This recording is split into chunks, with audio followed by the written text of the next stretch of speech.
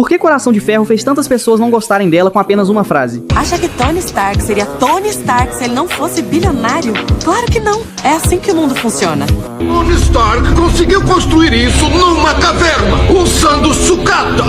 Mas o que realmente tornou Tony extraordinário nunca foi o dinheiro dele. Tony Stark construiu sua primeira placa de circuito impresso aos 4 anos, montou um motor sozinho aos 6, formou-se no MIT com apenas 17 anos e herdou as indústrias Stark aos 21 anos, transformando-a na maior fabricante de armas do mundo. Um dia, Tony demonstrou pessoalmente as armas mais recentes da Stark Industries para o exército dos Estados Unidos. Após a apresentação, seu comboio foi emboscado por terroristas no deserto. Ele mal conseguiu se esconder atrás de uma rocha quando um míssil atingiu o chão ao seu lado. Cravadas em sua lateral estavam as palavras inconfundíveis: Stark Industries. A explosão arremessou Tony pelos ares e estilhaços atingiram seu peito. Quando recuperou a consciência, ele descobriu que estava preso em uma caverna. Preso ao seu peito havia um eletroímã rudimentar alimentado por uma bateria de carro. O homem ao lado dele, o Dr. Insane, explicou que o dispositivo estava impedindo que os estilhaços chegassem ao coração. Se ele parasse de funcionar, Tony morreria. Os terroristas entregaram a Tony as plantas e ordenaram que ele construísse um míssil Jericho. Quando ele se recusou, eles o torturaram brutalmente antes de arrastá-lo para fora. Lá, ele viu montanhas de armas. Nenhuma delas havia sido fabricada pelas indústrias Stark. Naquele momento, Tony finalmente percebeu a verdade. As armas que ele havia criado tinham caído nas mãos de assassinos impiedosos.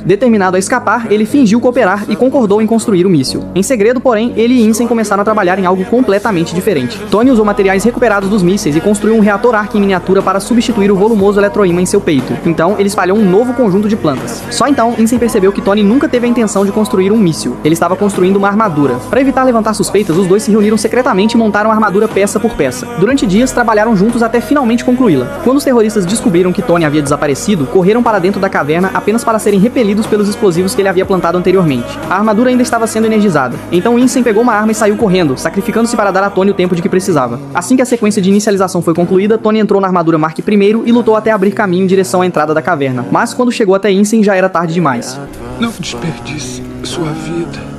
Obrigado por me salvar. Enfurecido, Tony desencadeou torrentes de chamas, eliminando os terroristas e destruindo todas as armas das indústrias Stark armazenadas no acampamento. Ele então ativou os propulsores do traje e foi lançado para o céu, apenas para cair no deserto depois de ficar sem combustível. Após voltar para casa, Tony não foi para o hospital. Em vez disso, convocou uma coletiva de imprensa e surpreendeu o mundo ao anunciar que a Stark Industries cessaria imediatamente a produção de armas. A decisão chocou a todos. De volta para casa, Tony se dedicou completamente à construção de uma nova armadura. Primeiro, aprimorou o reator arc e passou incontáveis horas testando e aperfeiçoando o sistema de voo. Durante seu primeiro voo de teste, ele colidiu diretamente contra uma parede. Na segunda tentativa, finalmente conseguiu alçar voo. Depois de inúmeras melhorias, ele completou a armadura Mark II e integrou seu assistente de IA, Jarvis. Mas durante um teste de voo em alta altitude, o traje congelou rapidamente devido às temperaturas extremamente baixas, quase causando uma falha completa do sistema. No último momento possível, Tony acionou os freios a ar, que quebraram o gelo e permitiram que ele recuperasse o controle. De volta ao laboratório, ele percebeu que a armadura ainda estava muito pesada.